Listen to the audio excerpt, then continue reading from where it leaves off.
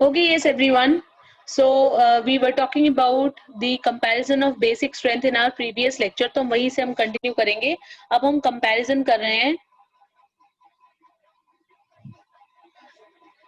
Aryl amines का. ठीक है,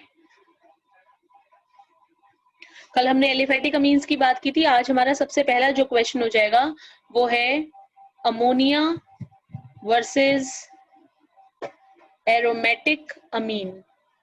एरोमेटिक अमीन जिसमें हम सबसे सिंपल एग्जांपल में ले सकते हैं एनिलीन. ठीक है, तो अमोनिया वर्सेस एनिलीन भी आप लिख सकते हो. जब इन दोनों की बेसिक स्ट्रेंथ को आप कंपेयर करोगे you will find that ammonia is more basic than aromatic amine. What could be the possible reason? Let's see. In case of ammonia and aniline, the electron pair which is present over nitrogen gets involved in resonance,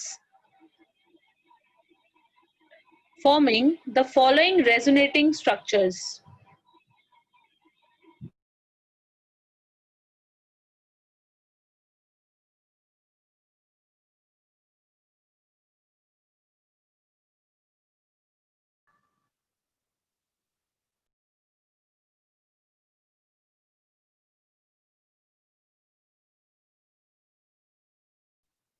ma'am आपका microphone mute है. Everyone, because the lone pair is involved in resonance, it is unavailable to donate. Hence, basic strength decreases. Ammonia में ऐसा कोई group नहीं attach है जो इसको electron pair को कहीं और इन्वॉल्व कर देता है या इलेक्ट्रॉन पेयर को डोनेट करने में रोकता है. वही एरोमेटिक अमीन या एनिलीन की अगर हम बात करें तो एनिलीन के अंदर जो इलेक्ट्रॉन पेयर है वो रेजोनेंस में इन्वॉल्व हो गया, जैसे हमने यहाँ देखा इन पांचों स्ट्रक्चर्स की वजह से. और जब वो रेजोनेंस में इन्वॉल्व हो रहा है तो इसका मतलब बाहर डोनेट करने के लिए अनअवेलेबल है. इसी वजह से बेसिक स्ट्रेंथ कम हो जाती है.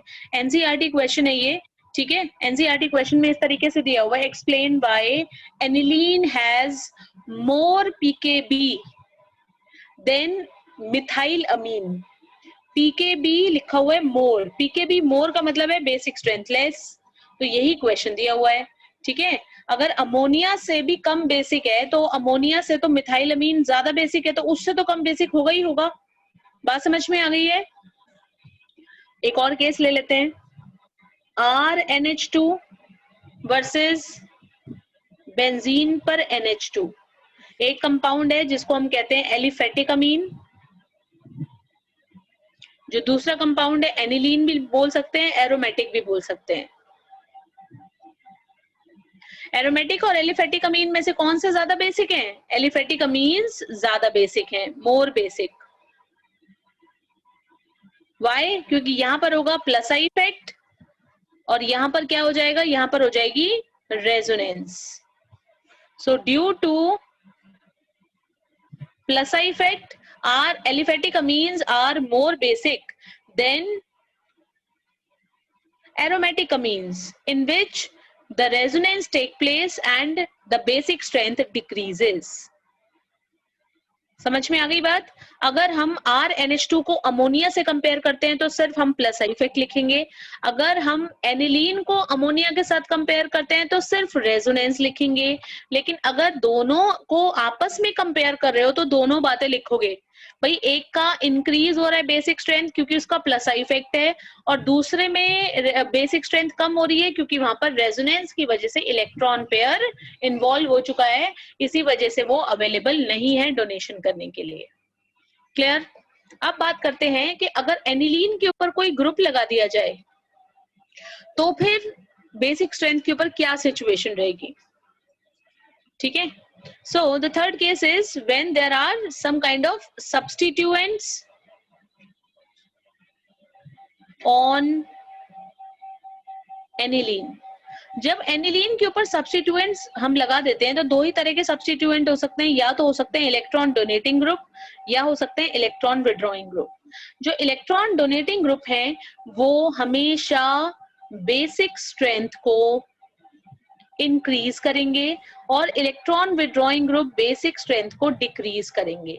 ये जो दोनों इफेक्ट हैं, इलेक्ट्रॉन डोनेटिंग का इंक्रीज करना और इलेक्ट्रॉन विड्रॉइंग ग्रुप का बेसिक स्ट्रेंथ को डिक्रीज करना, ये दोनों ही जो इफेक्ट हैं, ये दोनों ही इफेक्ट पैरा पोजीशन पे सबसे ज्यादा है। Most effective on para position, then meta position. Para और मेटा में से हमेशा पैरा के ऊपर इफेक्ट ज्यादा होगा। अगर बढ़ रहा है तो फिर पैरा का ज्यादा बढ़ जाएगा, अगर घट रहा है तो पैरा का ही इफेक्ट सबसे कम हो जाएगा। बात समझ में आ गई? And at ortho position, ortho position के ऊपर चाहे ग्रुप इलेक्ट्रॉन डोनेटिंग हो चाहे इलेक्ट्रॉन विड्रॉइंग ग्रुप हो, ऑलवेज लेस बेसिक, हमेशा बेसिसिटी या बेसिक स्ट्रेंथ जो है वो आपकी कम ही होगी जब कोई ग्रुप ऑर्थो पोजीशन पे लग जाएगा तो, चाहे वो इलेक्ट्रॉन डोनेटिंग हो या इलेक्ट्रॉन विड्रॉइंग। और इसी इफेक्ट को क्या बोलते हैं? इस इफेक्ट को फिर से क्या बोलते हैं? Ortho effect. अब आप कहेंगे कि मैम ऑर्थो इफेक्ट तो हमने एसिड के केस में पढ़ा था, जिसमें कोई भी ऑर्थो पोजीशन पे लगने वाला ग्रुप एसिडिक स्ट्रेंथ को बढ़ाता है। बिल्कुल उसी तरीके से ये भी ऑर्थो इफेक्ट है। कोई भी ग्रुप चाहे वो डोनेटिंग हो चाहे विड्रॉइंग नेचर का हो, ऑर्थो पोजीशन पे जब भी लगेगा तो बेसिक स्ट्रेंथ हमेशा कम ही होगी, डिक्रीज ही करेगी। आ गया समझ में? Now let's see with the help of some examples.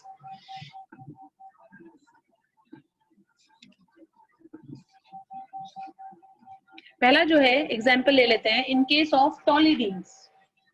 Okay, now what is a toluidine? Toluidine is कि जिसके अंदर अमोनिया ग्रुप यानी अमीन, ये वाला अमीनो ग्रुप भी लगा हुआ है और अमीनो ग्रुप के साथ साथ वहां पर टॉलवीन भी लगा हुआ है, यानी कि आपका मिथाइल ग्रुप भी लगा हुआ है। तो ये कंपाउंड हो गए ऑर्थोटॉलिडीन,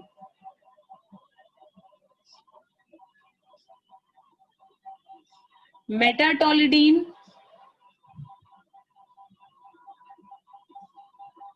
पैराटॉलिडीन और सिंपल एनिलीन। ये चार कंपाउंड्स हैं जिनको अब हम कंपेयर कर रहे हैं।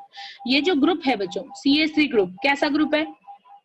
ये है electron donating group. CH3 group is electron donating. Electron donating है तो इसका मतलब ये कौन सा इफेक्ट शो करेगा? प्लस आई इफेक्ट और साथ ही साथ में प्लस आर इफेक्ट। ये दोनों तरह से इलेक्ट्रॉन को डोनेट करेगा, चाहे फिर वो आपका किसी भी पोजीशन पे क्यों ना हो।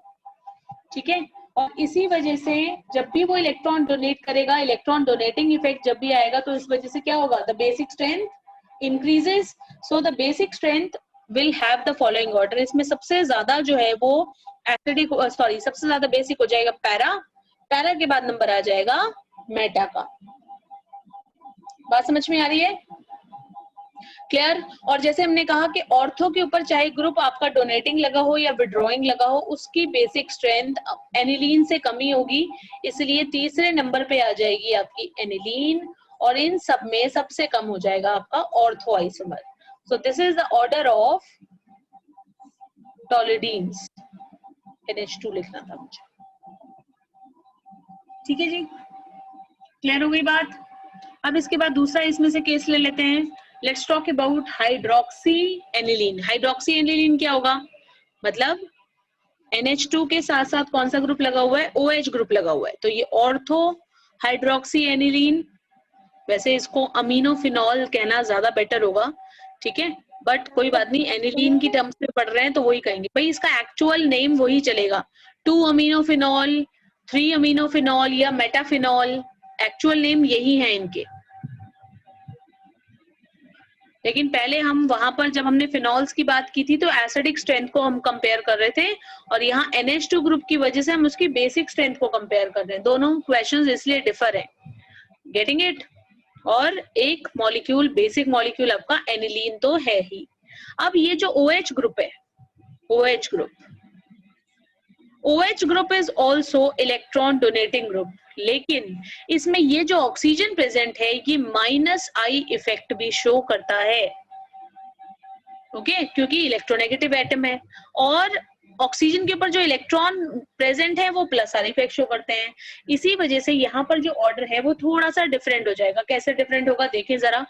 सबसे ज्यादा इसके अंदर जो इफेक्टिव बेसिक स्ट्रेंथ रहेगी वो रहेगी पैरा के ऊपर, वो तो अनडाउटेडली थी ही, प्लस आर इफेक्ट की वजह से पैरा आइसोमर सबसे ज्यादा बेसिक हो जाएगा।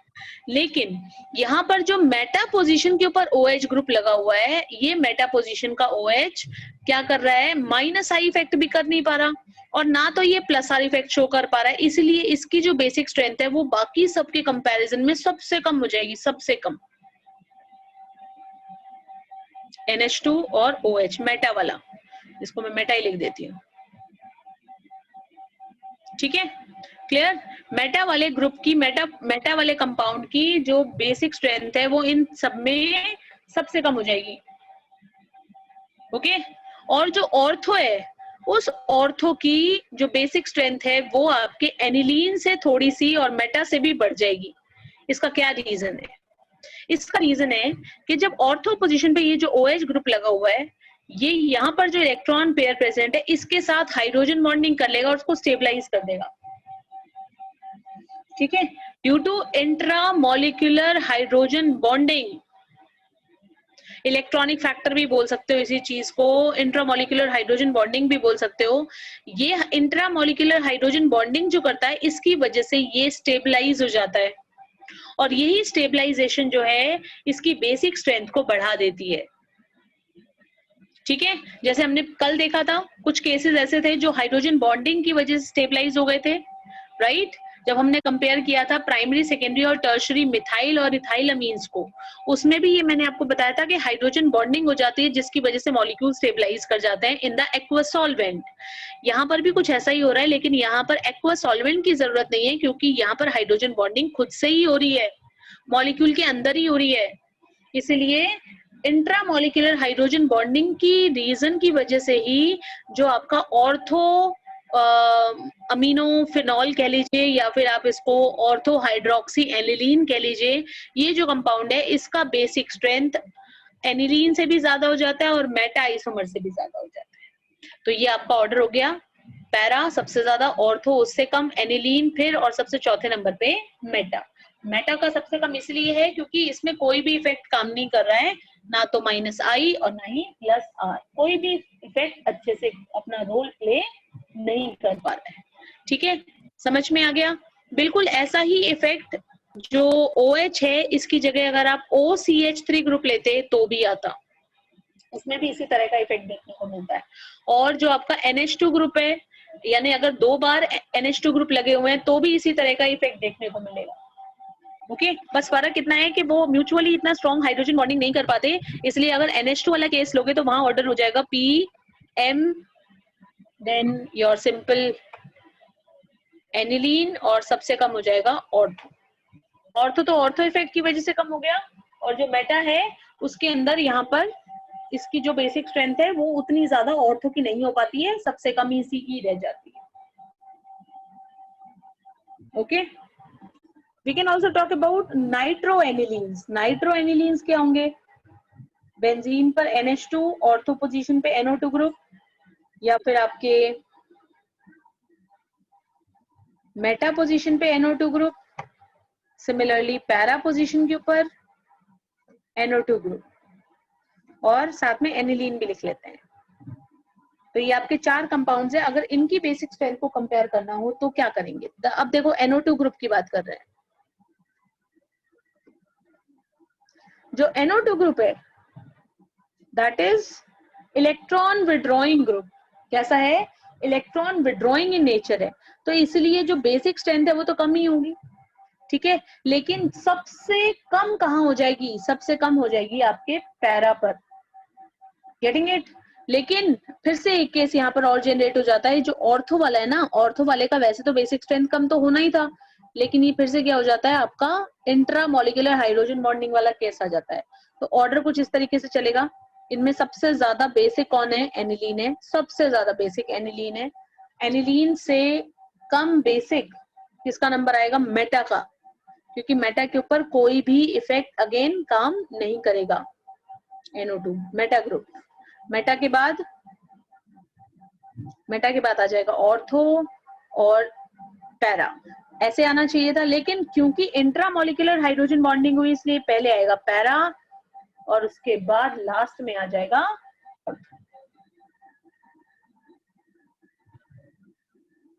Clear to all? So these are certain orders जो थे अराइल अमीन्स के। अब हम थर्ड केस की बात करते हैं। थर्ड जो केस आएगा वो है कि अगर जो आपके एरोमेटिक अमीन्स है उनको n सब्स्टिट्यूटेड कर दिया जाए।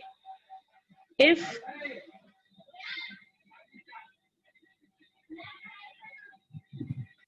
aromatic amines are nitrogen substituted, then what will happen? Again उसके ऊपर डिपेंड करेगा कौन सा ग्रुप अटैच हो रहा है। जैसे एक आपके पास है NH2 यानी सिंपल एनिलीन, एक आपने ले लिया N मिथाइल NHCH3 एनिलीन, और एक बार ले लिया NN डाई मिथाइल एनिलीन। ये तीन आपके पास कंपाउंड है। तो तीनों में ये तो प्रॉब्लम है ही, बेंजीन रिंग है, नाइट्रोजन इलेक्ट्रॉन पेयर को इन्वॉल्व कर लेगा रेजोनेंस में, लेकिन ये जो CH3 ग्रुप लगे हुए हैं ये अपना प्लस आई इफेक्ट भी शो करेंगे। इसकी वजह से यहाँ जो एक्चुअल ऑर्डर आएगा बेसिक स्ट्रेंथ का, जहां पर डबल सब्स्टिट्यूशन है वो ज्यादा बेसिक सिंगल सब्स्टिट्यूशन से, और जहां कोई सब्स्टिट्यूशन नहीं है वो सबसे कम बेसिक। ठीक है, इसी तरीके से अगर आप कंपेयर करते हो अर अल्काइल अमीन को विद एरोमेटिक, अल्काइल अमीन यानी बेंजीन के ऊपर पहले CH2 ग्रुप लगा हुआ है और फिर NH2 लगा है, और दूसरा जो कंपाउंड है वो है सिंपल एनिलीन। एक है बेंजाइल अमीन और दूसरा है एनिलीन। इन दोनों में से अगर कंपेयर करते हैं तो किसकी बेसिक स्ट्रेंथ ज्यादा होगी? बेंजाइल अमीन की ज्यादा होगी। क्यों? क्योंकि यहाँ पर अब जो नाइट्रोजन जो इलेक्ट्रॉन पेयर है वो रेजोनेंस में इन्वॉल्व नहीं हो पाएगा। यहाँ पर वो नाइट्रोजन पे जो इलेक्ट्रॉन पेयर है वो डायरेक्टली रेजोनेंस में इन्वॉल्व हो रहा है, बट यहाँ कोई रेजोनेंस नहीं हो पाएगी। No resonance only for NH2 group. ठीक है ना? वैसे तो रेजोनेंस तो होगी, लेकिन रेजोनेंस में इलेक्ट्रॉन पेयर नाइट्रोजन का इन्वॉल्व नहीं होगा, बल्कि ऐसे लिखना ज्यादा प्रेफर करना, नो रेजोनेंस ना लिख के यही लिखना, the electron pair over nitrogen will not be involved in resonance, but in case of aniline electron pair will involved in resonance. ठीक है जी, क्लियर हो गई बात? तो ये कुछ और केसेस थे जो रिलेटेड थे इन्हीं बेसिक स्ट्रेंथ के ऑर्डर से, और यहाँ पर हमारी बेसिक स्ट्रेंथ जो है यानी बेसिक नेचर जो है, ये जो फर्स्ट केमिकल प्रॉपर्टी थी ये कंप्लीट हो जाती है। अब इसके बाद हम सेकंड केमिकल प्रॉपर्टी की बात करते हैं। The second one is alkylation and then simultaneously we will talk about acylation. Alkylation and acylation of amines. हाँ जी, primary amine R NH2। Primary amine में अगर हम RX ऐड कर दें, R-X भी आप लिख सकते हो, जो ये शो करता है कि जो कार्बन चेन है वो पहले वाली कार्बन चेन से डिफरेंट है। ठीक है, अगर R-X डालते हो और इसके साथ फिर आप इसे हीट करते हो तो फिर क्या होगा, धीरे धीरे करके ये इसमें हाइड्रोजन को रिप्लेस करता रहेगा। जैसे एक्सेस में अगर मैं ले लेती हूँ R-X को, तो जितने भी हाइड्रोजन है सबको एक एक करके ये रिप्लेस कर देगा और आपका फाइनल कंपाउंड बन जाएगा RN। पहले एक हाइड्रोजन चली गई, उसकी जगह एक R- आ गया। ठीक है, इसके बाद फिर एक बार और यही रिएक्शन होगी, RN R दोनों पे R- आ गया।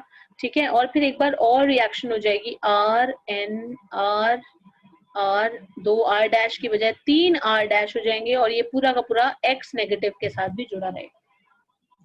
तो ये जो है ये एक तरह की क्वार्टनरी अमोनियम सॉल्ट की फॉर्मेशन हो गई है। यहाँ पे बात समझ में आ गई?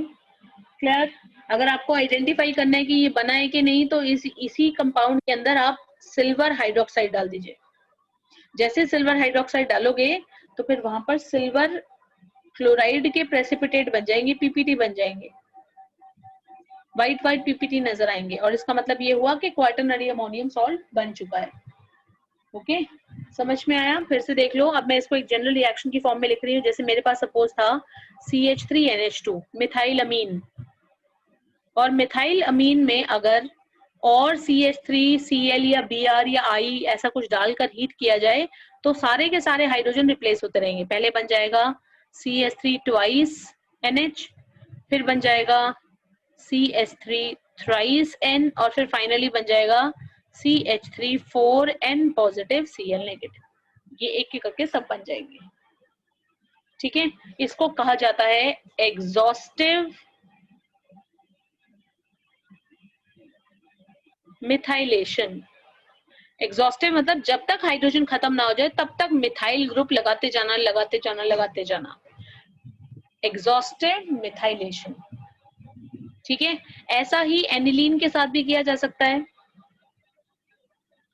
बेंजीन पर NH2, again we will heat it with suppose CH3I, और इसको जब आप हीट करोगे तो फिर यहाँ से हाइड्रोजन और आयोडीन रिमूव हो जाएंगे और एक एक करके CH3 ग्रुप लगता जाएगा, NHCH3, फिर इसमें दोबारा रिएक्शन होगी, ये बन जाएगा NCH3 होल ट्वाइस। ठीक है, और एक बार फिर से रिएक्शन होगी और ये बन जाएगा N positive CH3 thrice I negative. जैसे ऊपर बन रहा था बिल्कुल इसी तरीके से रिएक्शन चलेगी। ठीक है, तो ये जो पर्टिकुलर रिएक्शन है इसका यूसेज ये है कि हम यहाँ से क्या बना सकते हैं, हम यहाँ से अगर हमारे पास प्राइमरी अमीन है तो प्राइमरी अमीन से सिचुएशंस को कंट्रोल करके सेकेंडरी या टर्शरी अमीन को यहाँ से फॉर्म किया जा सकता है। ठीक है, अगर आप क्वार्टरनरी अमोनियम सॉल्ट बनाना चाहते हैं तो वो भी बना सकते हो, अगर आप टर्शरी अमीन बनाना चाहते हो तो वो भी प्रिपेयर कर सकते हो, प्राइमरी बनाना चाहते हो वो भी प्रिपेयर कर सकते हो। Getting it? अच्छा, यहाँ से एक आपको एडवांटेज और दिख रहा होगा, देखो मैंने यहाँ लिखा था R-, यानी अगर मुझे जो है अलग अलग तरह के कार्बन चेन वाली टर्शरी अमीन बनानी है तो मैं बना सकती हूँ, तो भी प्रिपेयर हो सकती है। ठीक है, जो वैसे नॉर्मली जो हमने मेथड्स ऑफ प्रिपरेशन देखा था उसमें वो फिजिबल नहीं था। Right, so in this way this alkylation method can be use. अभी तो सिर्फ अल्काइलेशन हुआ, अब बात करते हैं असाइलेशन की।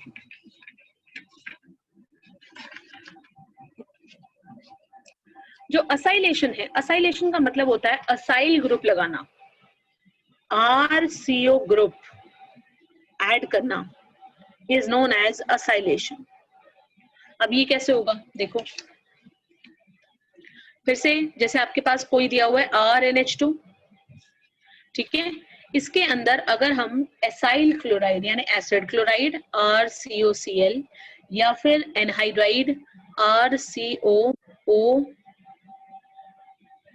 ये ग्रुप, इनमें से कोई भी कंपाउंड आप ले सकते हो, इन दोनों में से किसी भी कंपाउंड के साथ अगर आप अपनी अमीन को हीट करोगे, हीट करने के साथ साथ एक चीज और भी याद रखनी पड़ेगी कि यहाँ पर आपको एक प्रॉपर एनवायरनमेंट देना पड़ता है। ठीक है, प्राइमरी और सेकेंडरी अमीन तो ये रिएक्शन देंगे, आपका टर्शरी अमीन ये रिएक्शन नहीं देगा, इसमें कोई बताने वाली बात नहीं है, क्योंकि टर्शरी अमीन में हाइड्रोजन होती नहीं, तो रिएक्शन कैसे करेगा? प्राइमरी और सेकेंडरी अमीन में हाइड्रोजन है तभी तो वो रिएक्ट करेगा, यहाँ से हाइड्रोजन निकलेगी, यहाँ से Cl या फिर ये जो ग्रुप है ये निकल जाएगा और जो RCO ग्रुप है वो अटैच हो जाएगा, we will get RNHCOR। ठीक है, अगर यहाँ पे R- लिख रहे हो आप, इसको मैं अगर R- लिख देती हूँ तो ये R- लिख जाएगा। तो ये जो कंपाउंड्स आपके बने बेटा, ये जो कंपाउंड्स हैं इनको हम क्या बोलते हैं, इनको बोलते हैं N सब्स्टिट्यूटेड अमाइड्स। इनको यहां से पढ़ोगे CONH2, मैं बताती हूँ एग्जाम्पल से बताती हूँ। जैसे आपके पास है CH3NH2 मिथाइलमीन, और मैंने इसमें रिएक्शन करने के लिए CH3COCl के साथ इसको हीट किया, यहां से हाइड्रोजन निकलेगी, यहां से Cl निकलेगा, ग्रुप अटैच हो गया CH3NH, एक हाइड्रोजन कम हो गई और यहां से जुड़ जाएगा COCH3। अब इस कंपाउंड का अगर आपको नेम पढ़ना है ना तो नेम यहां से पढ़ना पड़ेगा, क्यों? क्योंकि जो आपका ग्रुप है ना, फंक्शनल ग्रुप, वो है CONH2 amide.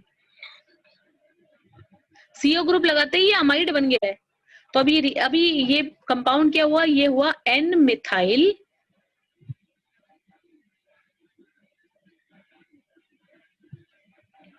Ethanamide.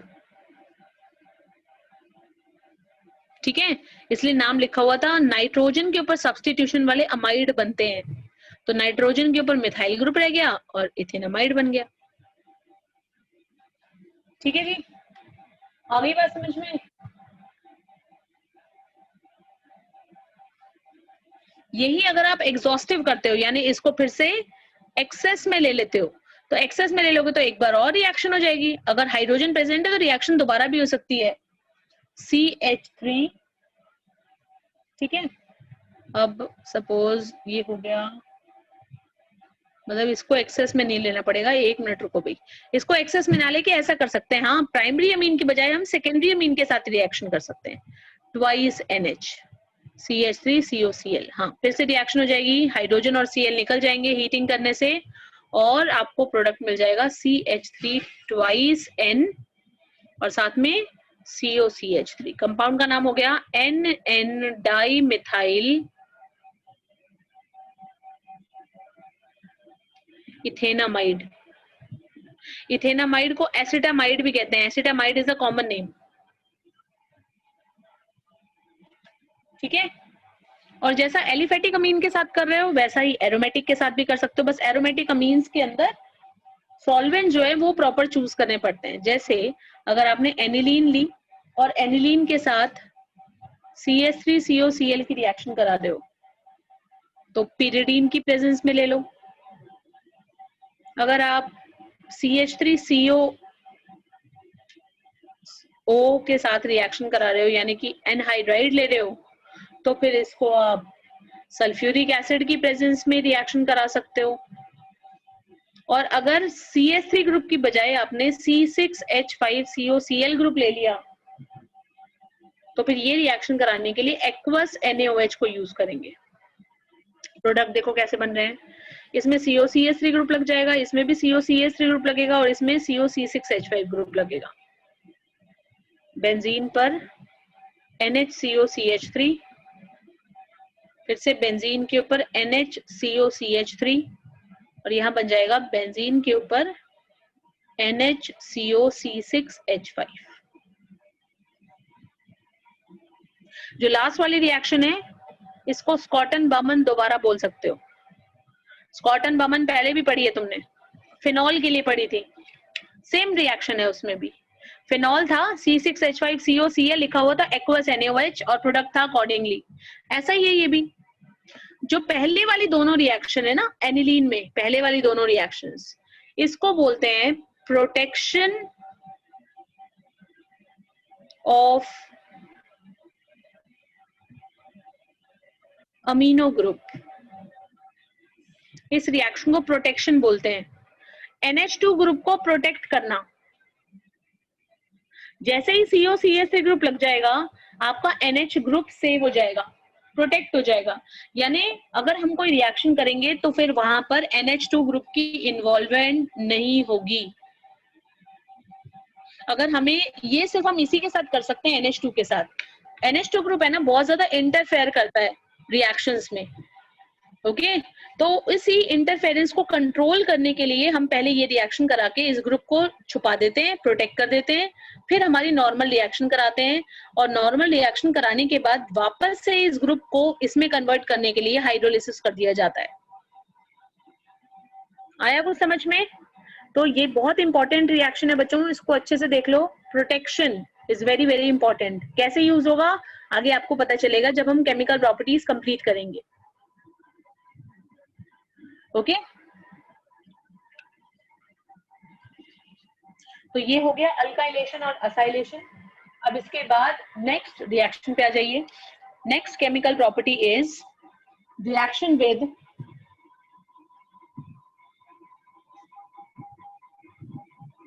Aldehydes and ketones. ये रिएक्शन सिर्फ प्राइमरी अमीन्स देंगे। Primary amines on reacting with aldehyde or ketones will form compounds called as enamines, जिनको commonly कहा जाता है Schiff's base। आपकी पढ़ी हुई रिएक्शन है। न्यूक्लियोफिलिक एडिशन पढ़ा था ना जब हमने, यहाँ से H2 निकालना है, यहाँ से O निकालना है, प्रोडक्ट क्या बनेगा, RC डबल बॉन्ड, ये तो ऐसे का ऐसे रह गया, डबल बॉन्ड अपनी जगह पर, एक नाइट्रोजन और उसके बाद कार्बन चेन, तो अमाइन भी है और डबल बॉन्ड भी है, इसलिए नाम हो गया इन अमाइन, इन अमाइन।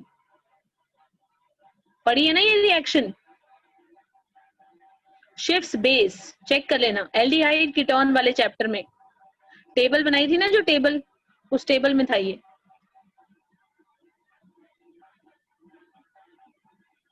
ठीक है, क्लियर। तो ये हो गई आपकी third reaction, it was the third one. अभी तक आपने बेसिक नेचर पढ़ा है, उसके बाद हमने अल्काइलेशन असाइलेशन पढ़ा, और ये तीसरी रिएक्शन हो गई with aldehydes and ketones. Next one,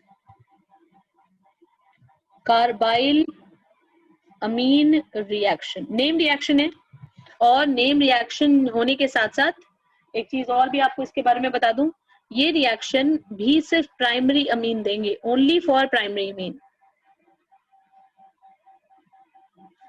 primary amine को, चाहे वो आपकी एलिफेटिक हो चाहे वो एरोमेटिक हो, उससे कोई फर्क नहीं पड़ता, प्राइमरी होनी चाहिए। इनमें किसी को भी क्लोरोफॉर्म के साथ CHCl3 क्लोरोफॉर्म की प्रेजेंस में रिएक्शन करानी है with alcoholic KOH on heating a primary amine with chloroform in the presence of alcoholic KOH, we will get RNC, या फिर ऐसे ही बेंजीन के ऊपर NC।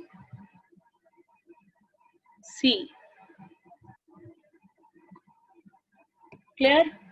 कंपाउंड जो नीचे लिखा हुआ है इसका नाम बता देती हूँ, फिनाइल आइसोसाइनाइड बोलते हैं इसको, फिनाइल आइसोसाइनाइड। ठीक है, और इन्हीं आइसोसाइनाइड्स को ही कार्बाइल अमीन कहा जाता है। Isocyanide are also known as carbylamines and they are foul smelling substances. बहुत ज्यादा बदबू आती है, बहुत ही ज्यादा दुर्गंध आती है, बहुत भयंकर।